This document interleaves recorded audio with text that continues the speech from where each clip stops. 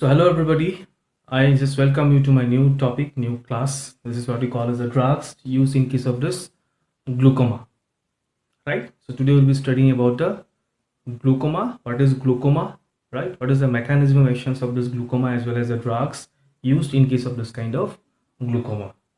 Okay. So before going to this particular topic, let's have a look at the structure of the eye. This is the rough structure I'm drawing this one. Okay, and just I just beg your pardon for this kind of structures because I'm not good in drawing, right? But it's just I'll just try to make you understand as much as possible. Now here you see this is the rough structure of eye. I mean the eyeball, right? So here we have the outer layer. I mean we know this one. The eye can be of anterior part and posterior part. The eye can be divided into two parts. This is the anterior part. This one is the posterior part.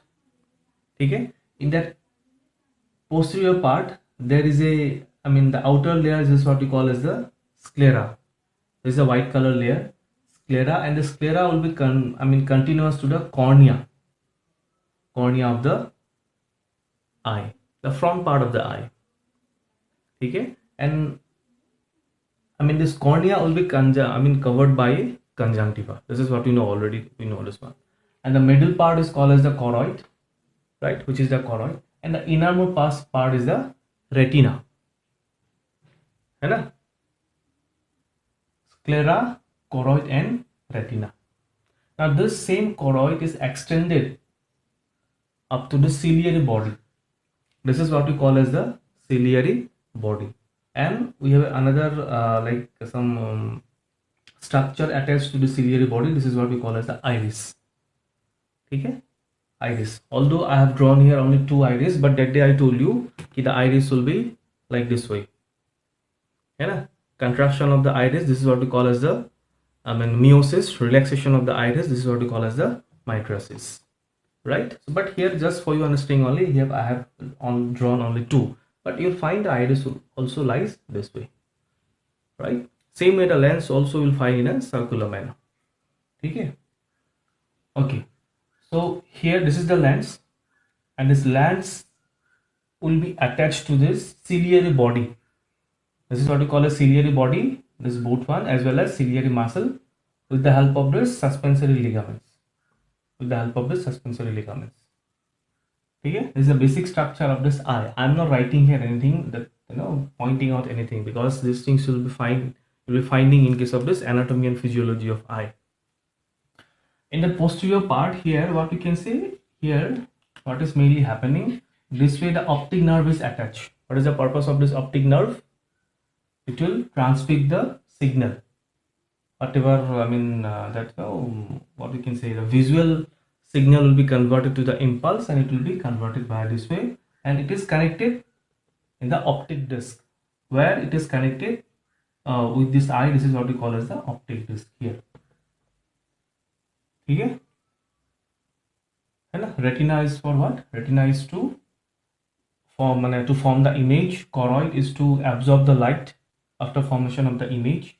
Okay, this is sclera is to provide a supporting layer, and this is what we call as lens to focus the light, focus the image to the retina itself. This is the basic structure of this eye. Now here another more thing we have to understood. The eye is somewhat spherical in structure, somewhat circular in structure. Okay, why? Because here we have a jelly-like substance inside this one. This is what we call as a vitreous humor. Here we have the jelly-like substance. This is what we call as vitreous humor. Okay, and one more, fluid is always keep on secreting in eye. Secretion will be there as well as excretion will be there. This is what we call as the aqueous humor. This is the point of understanding. Okay, AQUEOUS, humor, HUMOUR, humor. This aqueous humor. Aqueous humor will always keep on secreting. From where? from this ciliary body. Aqueous humor will always keep on secreting from the ciliary body. This part, this part. Okay? And after the secretion of this aqueous humor, where it will go? It will go to the posterior chamber of the eye. See, eye for studying, it is divided in anterior part and this is the posterior part. From that anterior part itself, here we have the two chambers. These chambers are divided by this iris. This is what we call as iris. Okay? This will be said as the anterior chamber and this one is the posterior chamber. Okay? So always there is a secretion of this aqueous humor from the ciliary body here from this part, and it will excreted via this way. It excreted via this way through this canal of Schlemm. We studied already. Okay. Now I'll discuss in details. But before that, what is the aqueous humor? Whatever has been secreted from this ciliary body. So this aqueous humor is nothing but a water-like substance. It is a watery fluid. 95% of the aqueous humor is water. 95%. It is similar to that of the plasma. I'm not saying about the blood. Blood contains blood cells also. Blood contains plasma, blood cells, everything. I'm saying it is similar to that of plasma. Okay? Maximum of the aqueous humor is water, 95%. Along with that, it contains certain immunoglobulins, Ig. Immunoglobulins. What are the immunoglobulins? Is a kind of antibody. Okay? It also contains nutrients. I am writing here and nutrients. It contains electrolytes, E. Maximum, the major electrolyte is sodium, huge quantity, chloride, huge quantity, Cl minus, sodium, chloride. Others will also be there, potassium will also be there, but this sodium and chloride is in a huge quantity, along with the bicarbonate, HCO3 minus. These are in a huge quantity that is found in the aqueous humor. Okay, here we have amino acids also. Amino acids. Amino acids. Kind of, which is a protein itself, right? But the difference of this aqueous humor along with the plasma is that aqueous humor contains less protein or less amino acids. Getting my points? Right? This needs to be understood properly. Okay? And the pH of the aqueous humor is, of course, physiological pH approximately 7.4. Okay? Now you can ask me, what is the purpose of secreting this aqueous humor? Okay? Because see, this eye, lens, this kind of structures require the nutrients, oxygen supply. Okay? There the blood vessels are not directly inserted to this particular area itself. It lies above here. Here you will find the blood vessels, but not directly to the lens, not directly to the suspensory ligaments and all. So this aqueous humor will keep on secreting from where? From this ciliary body. From this ciliary body. Okay? And it helps to provide the nutritions for the inner substances, inner structures. First point. As this one is containing immunoglobulins, so it is also a kind of, safety mechanisms because of this immunoglobulins. Okay? From that certain infections, our aqueous humor can fight with that. Next, because aqueous humor is secreting continuously and excreting continuously, aqueous humor will secrete and it will excrete from the eye. So there is a balanced intraocular pressure. Intraocular pressure means the pressure inside this eyeball. Okay, because of this secretion of aqueous humor as well as excretion of aqueous humor, there is a balance intraocular pressure. It is approximately 16 mm Hg. It is very important. So why there is a need of this intraocular pressure? See, if there is no pressure, the structure of this eye will not be like spherical. Because we have a certain pressure, you can think of the water balloon, right? If you put inside, if you put water inside this balloon without blowing also, there is a certain structure. Same way, we have the spherical structure of eye because of this kind of vitreous humor. Because vitreous humor is a fixed one, we have a jelly-like substance. So this aqueous humor will keep on secreting an excretion. That is why there is a balanced pressure. All right. So I told you that aqueous humor will be keep on secreting from the ciliary body. Okay. From the ciliary body, it will be secreting. It will move to the posterior chamber, and it will move via pupil. This is the pupil we studied already, and it will go to the anterior chamber. Finally, it will be excreted. Okay. So here I have written two lines. One is the secretion of aqueous humor. Second one is the excretion of aqueous humor. Okay. And by both the mechanism, there is a balanced intraocular pressure, approximately 16 mm Hg.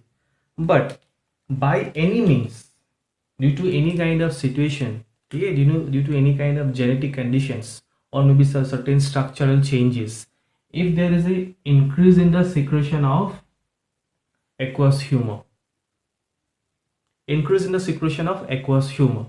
or if there is a decrease in the excretion of aqueous humor, क्या हो गया? aqueous humor secretion ज़्यादा हो गया यहाँ पे, और excretion क्या हो गया? कम हो गया. Now what is the condition of intraocular pressure? Of course it will be increased. There is an increase in the intraocular pressure, IOP, right? There is an increase in the intraocular pressure from 16 to 17, 17 to 18, 18 to 19, right? This way. So if it is exceeds beyond 20, if the intraocular pressure is beyond 20, greater than 20 mm per mmHg, okay, mm mercury, we are saying these conditions as a glaucoma. Glaucoma,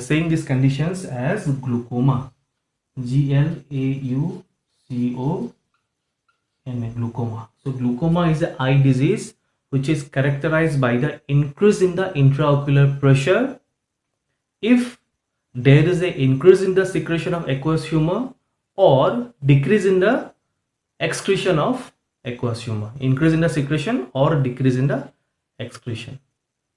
So finally, that that aqueous humor will be increased inside the eyeball. So what will happen? That intraocular pressure will be increased. Okay, this is the definition of glaucoma. Getting my points? Okay, so now we'll be studying what are the drugs that can decrease the intraocular pressure.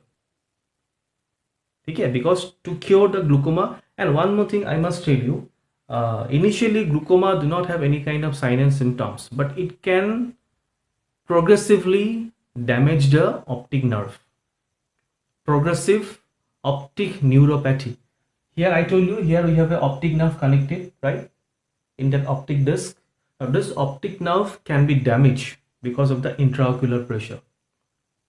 Progressive optic neuropathy. And finally the person may become blind. Okay? Getting my points? Okay. Now first we need to look upon the conditions where there is a secretion of aqueous humor. Very important, because the whole mechanism of action of the drugs and this classification of drugs will be based on this secretion of aqueous humor as well as excretion of aqueous humor. That means what? The drugs those were does I mean the drugs those will be used. Okay, it have to either decrease in the secretion of aqueous humor or increase in the excretion of aqueous humor. Then only that intraocular pressure will be decreased. This is the motto, right? Why glaucoma occurs? Increase in the secretion, decrease in the excretion. Okay, so what you have to do? We have to either decrease in the secretion or increase in the excretions. All right, so now let's look upon the formation of aqueous humor, formation as well as secretion of aqueous humor. Okay, see, I have enlarged this structure, this ciliary body, this way. This one is the ciliary body, lens, suspensory ligament, as well as this one is the iris. I have not drawn this, sclera and cornea. This part I have not drawn. I'll draw it later on. Okay, so I have enlarged this one. Now, if this one is a ciliary body, okay, the layer, this kind of layer is called as the ciliary epithelium, epithelial cells. For example, in case of blood vessels, I told you blood vessel, although we draw the blood vessel in this way, this cannot be the structures. Here we have the capillary endothelial cells this way, right? So same way, this is also capillary epithelium, epithelial layers. Okay. Now, in that ciliary body, of course, we'll be having small blood vessels, that means the capillaries, right?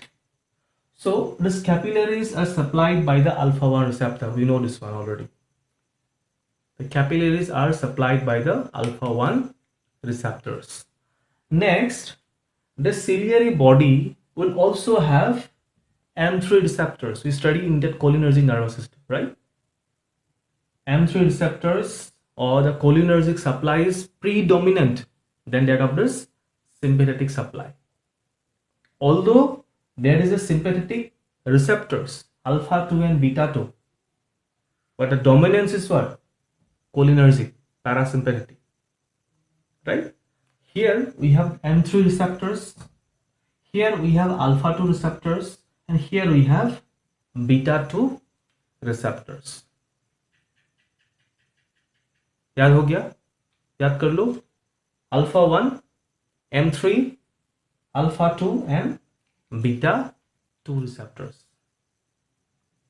Now we'll look upon the conditions of formation of aqueous humor.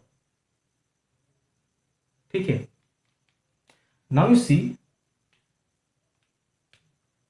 suppose I have enlarged this part, the small part I have enlarged this way. I have enlarged this way.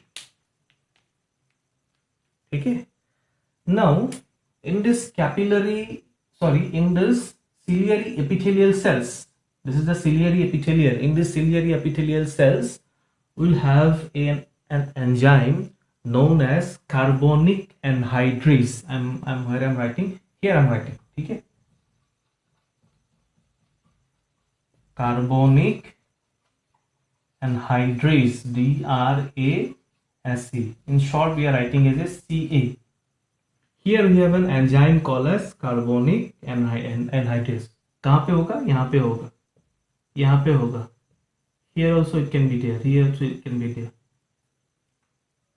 Now, what this carbonic anhydrase will do? It will cause a reaction in between water and carbon dioxide. It will cause a reaction in between water and carbon dioxide. Okay. So what it will do? It will form H2CO3 bicarbonic acid. H2CO3 is not stable. Immediately it will be dissociated to H plus HCO3 minus.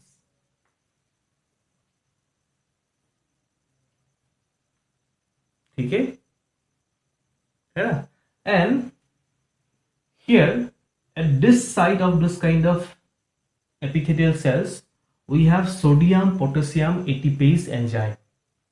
What kind of enzyme? Sodium potassium ATPase enzyme. What it will do? It will cause the exchange of sodium and potassium. And we studied what we studied? 3 sodium will be exchanged in replacement of 2 potassium. Okay. So at this junction, here at this junction, okay, what will happen? There is a excretion of sodium and potassium will ulta. Okay, potassium will get inside this epithelial cells. Understood? Sodium will go out, potassium will get inside.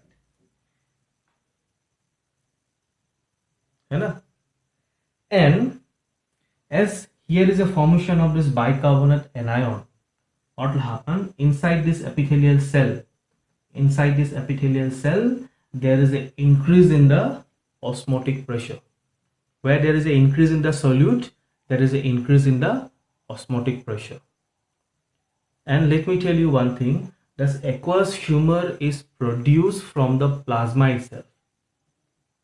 Whatever plasma here, capillaries will contain blood plasma, right? From the plasma itself, there is a production of this aqueous humor. So here, if there is an increase in the osmotic pressure, so what will happen? The water from the capillaries will move to this cell, water.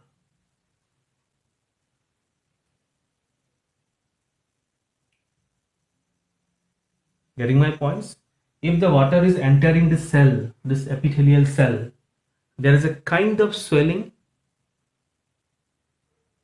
There is a kind of swelling. Some forces will be created, hydrostatic forces. What it will do? It will cause the excretion of chloride. Excretion of chloride via chloride channel. We know already the composition of this aqueous humor. Sodium has to be there, bicarbonate has to be there, water has to be there, okay, chloride has to be there. So what it will do? It will cause the excretion of this chloride, Cl minus. Now certain chloride anion will get inside. And what it will do? It will cause the excretion of this bicarbonate, HCO3 minus. So finally, in that, here in this posterior chamber, although I have written here, actually it is happening this way, no? So where this secretion will go, it will go to the posterior chamber. Okay, because here it is already filled by this vitreous humor. So here only these things can happen. Okay, so here what is happening? Secretion of sodium, chloride and bicarbonate anion. Finally, again there is an increase in the osmotic pressure here. Here at this place, the osmotic pressure will be increased. Finally, what will happen? This water will be excreted. Sorry, this water will be secreted. So see here what we have water, main 95% is water, then we have sodium, we have bicarbonate, chloride, etc, etc. Okay, and this reaction is catalyzed by this carbonic anhydrase enzyme, because this is the first enzyme who is causing the reaction in between water and carbon dioxide. Water is readily available here. Water will also be there. Water is everywhere in our body. Carbon dioxide is everywhere in our body. Maybe in a high quantity, maybe in a less quantity, but it will be there. Okay. So this is the production and secretion of aqueous humor. Now what these receptors will do? Now what these receptors will do? These things you have to understand, no? What these receptors will do? These receptors, beta 2 will increase the aqueous humor productions. This beta 2 will facilitate this kind of reactions. It will increase in the aqueous humor. Okay?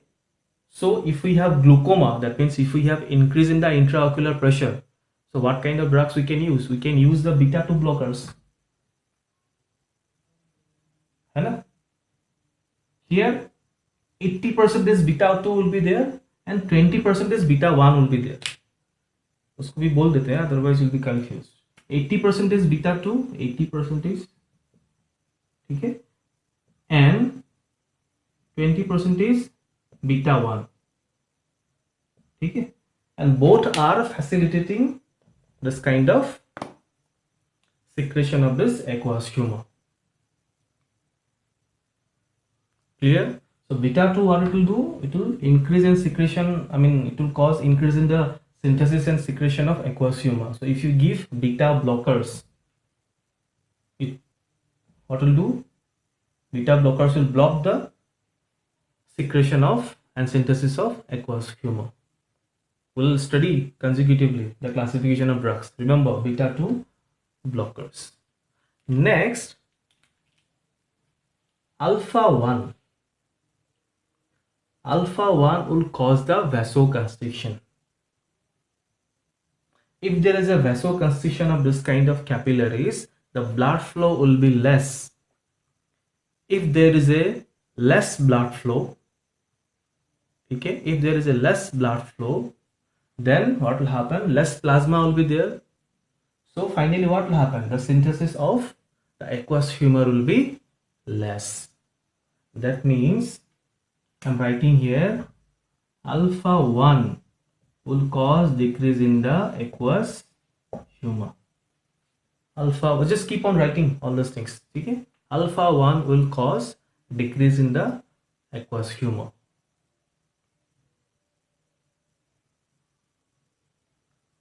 Again, this alpha 2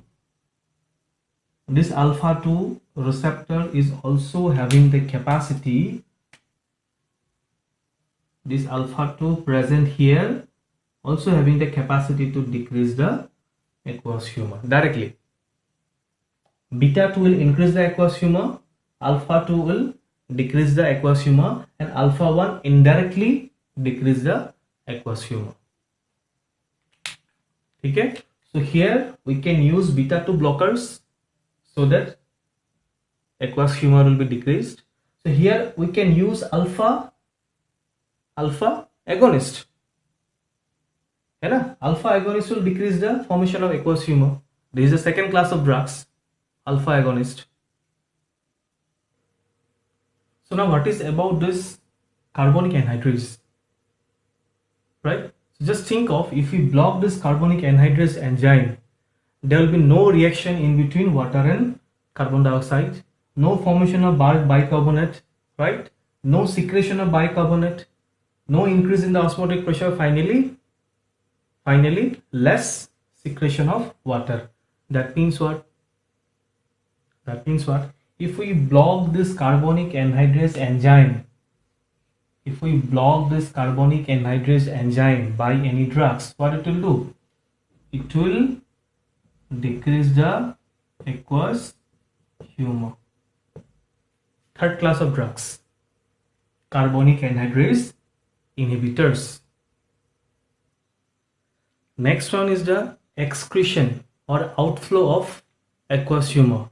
Already we have seen, right, the synthesis and secretion. Now we need to look upon this excretion. For this excretion of aqueous humor, we got two pathways. Number one is the trabecular,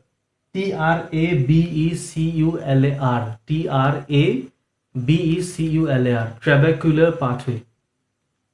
which is also said as conventional. Why conventional? Because you can say 70 to 90 percentage 70 to 90 percentage of the aqueous humor are excreted by means of this trabecular pathway. So what is that exactly? Very simple. We know from the ciliary body, here there is a secretion of this aqueous humor, right? So it will secrete it this way. It will move to the posterior chamber. Via pupil, it will go to the anterior chamber. Okay, and here we already studied, right? In the junction of the sclera as well as cornea, here we have a trabecular meshwork. Is a kind of pores like structures which is finally accumulated to the canal of Schlemm. Finally accumulated to the canal of Schlemm. So it will be synthesized from this part. It will move this way, right? So it will go to the trabecular meshwork here. Trabecular meshwork. Finally it will go to the canal of Schlemm. Okay, canal of Schlemm. Then it will go to the venous system. Vein. It will go to the vein. Okay. First it will move to the, I'm not drawing everything, just to remember. First from this canal of Schlemm, it will go to the aqueous vein. The name of the vein is called as the aqueous vein. Aqueous. Then it will go to the ciliary, anterior ciliary vein. Okay. कहाँ से आया? Come from blood itself, blood vessel, capillaries. Finally it is approaching the vein. Okay. So next one is the uveoscleral pathway. Uveoscleral pathway. UVA. UVEA. UVEA. This ciliary body along with that iris, this structure is called as the UVA. Okay. So uveoscleral, it is said as non-conventional. Why? Because only 10 to 30% of the aqueous humor is eliminated or excreted by means of this pathway. The pathway is very simple. Okay, same way it will be the aqueous humor will be secreted from this from the ciliary body this way. It will move to the posterior chamber. It will go to the pupil, then anterior chamber. This way I told you what will happen. The first pathway, trabecular meshwork pathway, conventional. Now in case of the second pathway, here through the root of this iris, it will move to the ciliary body, right? From ciliary body it will go to the sclera. This is the sclera. Uveo, this is what we call as UVEA, uveoscleral pathway. Now finally from this one, from here it will move to the venous system. Okay, so initially it will move to the episcleral vein, then finally same way anterior ciliary vein. Right? Two pathways. One is from this way, another one is from this way. Right? Here, if there is a decrease in the excretion, there is a chance to increase in the intraocular pressures. Right? Now what is happening? You see, M3 receptor. M3 receptor, where it is present? It is present in the ciliary body. It will cause the accommodation, contraction of ciliary muscles or ciliary body. Okay, as well as in iris also it is there. So if there is an activation of M3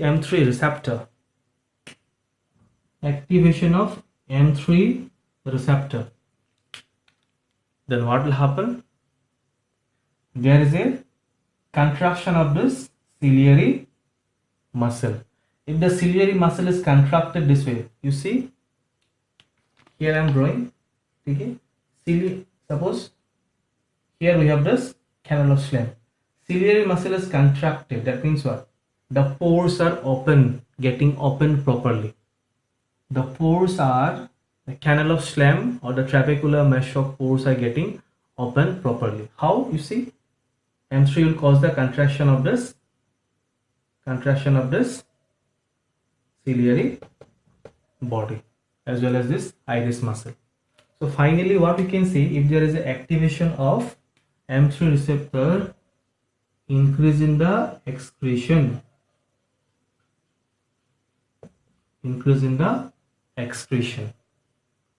So this is a class of drugs. If we use the sympathomimetic drugs or cholinergic drugs, excretion will be increased, so intraocular pressure will be decreased. Getting my points? Okay. So another, we can say, the beta-2 receptor. Although we have studied this beta-2 in case of this secretion, the beta-2 receptor can also increase in the excretion by means of this trabecular meshwork pathway. ठीक है? Now prostaglandin PG. We studied this prostaglandin in case of this inflammation. Prostaglandin is a kind of eicosanoid, which is a mediator of inflammation and pain. But in case of this eye, the prostaglandin is having certain kind of defensive effect.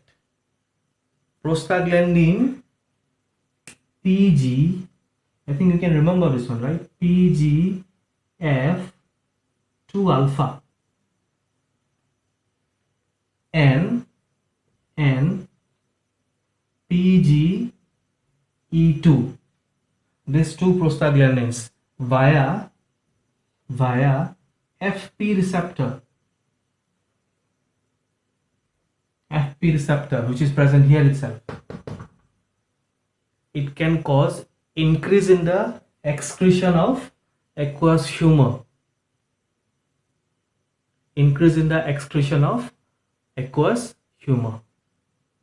By causing the vasodilation. Here also you have the blood vessel, it will cause the vasodilation.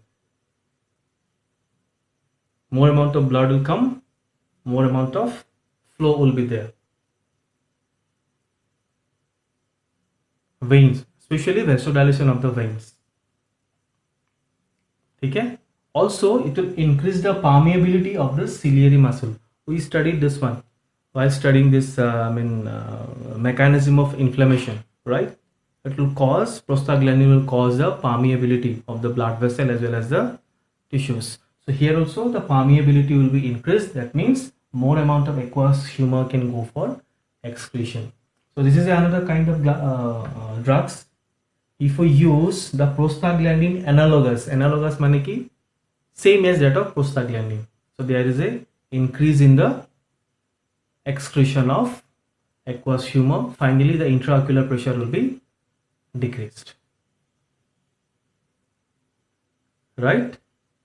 So here, by means of some unknown mechanism, both alpha 1 and alpha 2 receptor also can increase in the excretion of aqueous humor by this uveoscleral pathway.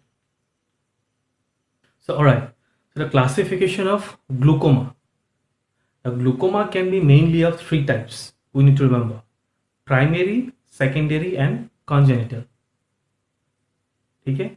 So primary glaucoma, which is having certain causes, right? Secondary glaucoma, it is mainly occur due to the trauma or any kind of accidents, right?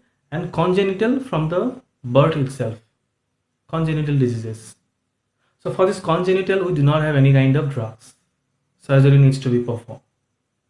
For secondary glaucoma, certain drugs work. Okay? In certain conditions, drugs do not work. So we need to proceed for the surgery. So mainly for the primary glaucoma, the drugs are having a very good effects. right? So again, this primary glaucoma can be of two types depending on the angle. Okay, depending on the angle, I mean this angle, depending on this angle, right? So here we can consider this one as an iris, ciliary body, iris, lens. This is what? Cornea. Now if you, not exactly, but you see here it's like a angle, right? This corneal surface as well as this cilia, I mean this iris is producing an angle out there, this angle. It is known as the iridocorneal angle. Iridocorneal angle. Okay? So the like the primary glaucoma can be of two types. One is a wide angle or open angle. In this case, what is happening? The size of the angle remains same. But in case of the second one, that is close angle or angle closer, the angle is getting narrower. This is what is happening. How it is happening, I am telling you to see. Sorry. This open angle or wide angle where the angular size is normal. The angle size is normal. Okay? It is this open angle or wide angle which can occur due to certain genetic conditions. Okay? Certain genetic conditions. Then what will happen? It will affect, in case of the wide angle or open angle glaucoma, the patency of this trabecular meshwork. The patency of this trabecular meshwork is getting lost day by day, or you can say the canal of Schlemm. Patency means we can say the flow properties, the excretion properties of this trabecular meshwork. So in that case, what will happen? The synthesis may be normal. Synthesis or secretion of aqueous humor is normal, but excretion is decreased. That means the intraocular pressure will be increased. IOP will be increased. Getting my points? So the drugs that can be used, beta blockers. We know already you have studied beta blockers. The beta receptor, beta 2 receptor is responsible for, right, secretion and synthesis of this aqueous humor. So if we block this beta 2 receptor, timolol is a beta 1 plus beta 2 blocker, very good effect. Betaxolol, it is only a beta 1 receptor blocker. That is why the efficacy is less than that of this timolol. Why? Because 80% of the beta receptor which lies in the ciliary body is beta 2, not beta 1. Beta 2 1 only 20%. This timolol, we have beta 1 plus beta 2. That is why very good efficacy. Same way, levobinolol. This levobinolol, it is a ocular beta blocker, especially for this, eye, especially for this intraocular pressure, to decrease intraocular pressure. It is also beta 1 plus beta 2 blocker. That is why efficacy is similar to the timolol. Okay, understood? Now adrenergic agonist. This needs to be understood. Adrenergic agonist. Dipivefrin, Dipivefrin, dipivefrin, or sometimes it is said as dipivefrin also. Okay, which is a prodrug of the adrenaline. Prodrug of the adrenaline. That means from dipivefrin, what will produce? Adrenaline will produce after administration. Now the point is how this dipivefrin or adrenaline can decrease in the intraocular pressure. Just we have studied. Okay, it is non-selective. That is why it can act on beta 2 also. It can act on alpha 1 also. It can act on alpha 2 also. Acting on alpha 1 and alpha 2 lead to decrease in the secretion of decrease in the synthesis of secretion of aqueous humor. Okay. Now beta 2, although beta 2 is increase in the secretion, but beta 2 can also cause increase in the excretion. So finally that effect will be balanced.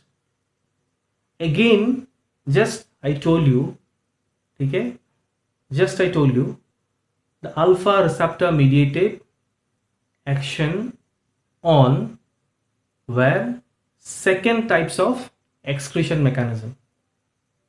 Okay, there is an unknown effect, unknown mechanism by which the alpha mediated action, we can say this one is a increase in the excretion of aqueous humor, right, by uveoscleral pathway, alpha mediated, unknown mechanism. That means what? This adrenaline, by acting with the alpha receptor, can also increase in the excretion of aqueous humor, right? So finally what will happen? The intraocular pressure will be decreased. Alpha 2 agonist, apraclonidine, alpha 2 agonist, what it will do? Decrease in the synthesis of secretion of aqueous humor. Prostaglandin analogous, just I have told, it will increase in the excretion of aqueous humor by causing the vasodilation of the veins, okay, and increase in the permeability. So latanoprost is a prostaglandin analogous.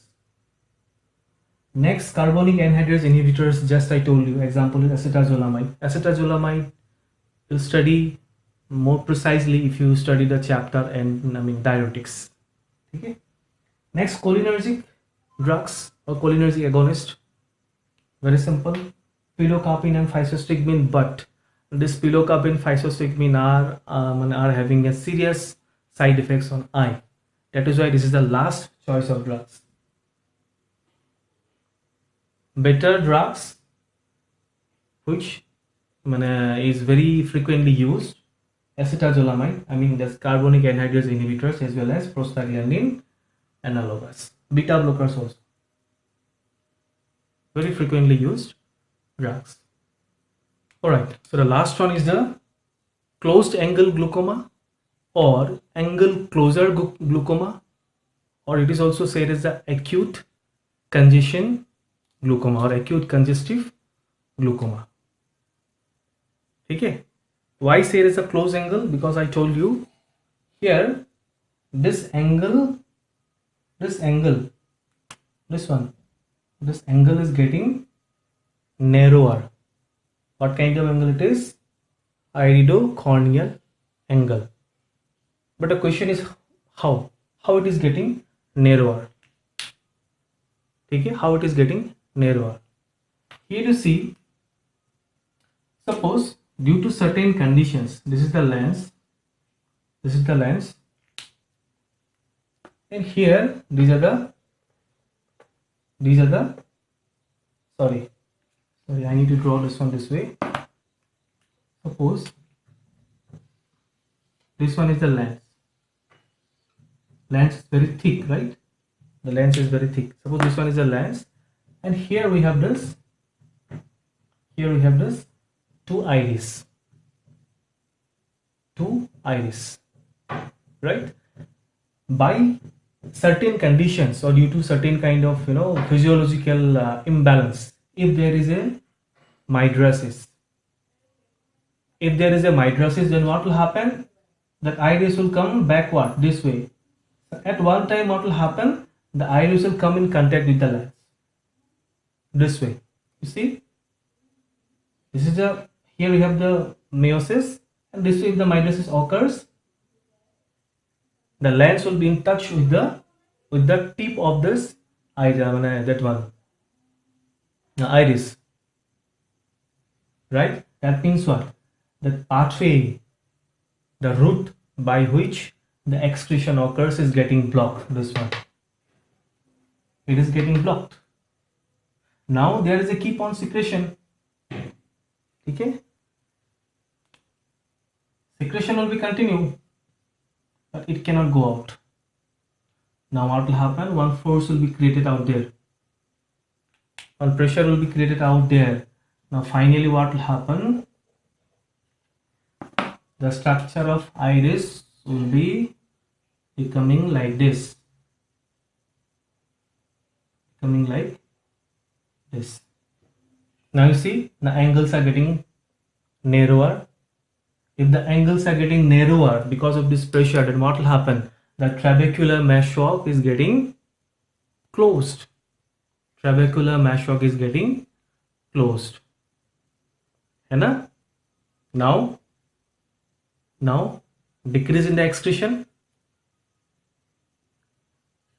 Synthesis may be optimum, but decrease in the excretion, finally increase in the intraocular pressure. This is what we call as narrow angle glaucoma or close angle glaucoma also, or sometimes it is said as acute congestion. Is a very serious condition, emergency conditions, right?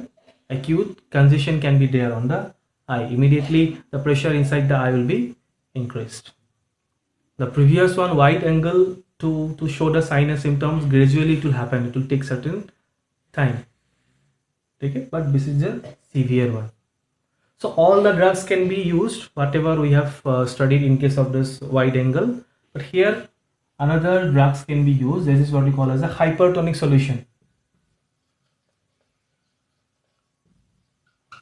Hypertonic solution as 20% mannitol,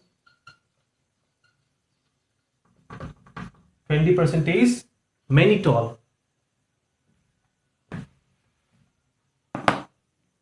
Hypertonic solution as, we can say, 20% mannitol. Then glycerin. Mannitol and glycerin. It is to be infused. IV infusion. What will happen? Here we have the blood vessels, small blood vessels everywhere. Okay? I'm not saying about this area. Here we have small blood vessels. Suppose this one is a blood vessel. Okay? We have infused somewhere. We have infused the mannitol. The mannitol will approach there. M or glycerin, whatever. Now here what will happen? Solute concentration is increased. If the solute concentration is increased, then what will happen? The water will move from this part, the other part, maybe from here also, because the jelly-like structure also contains water, aqueous fluid also contains water. From this part to the blood vessel, the water will move. Finally, decrease in the, if the water is moving, of course certain electrolytes can also move there. Finally decrease in the synthesis or secretion of this aqueous humor, and of course other drugs have to be used. All right.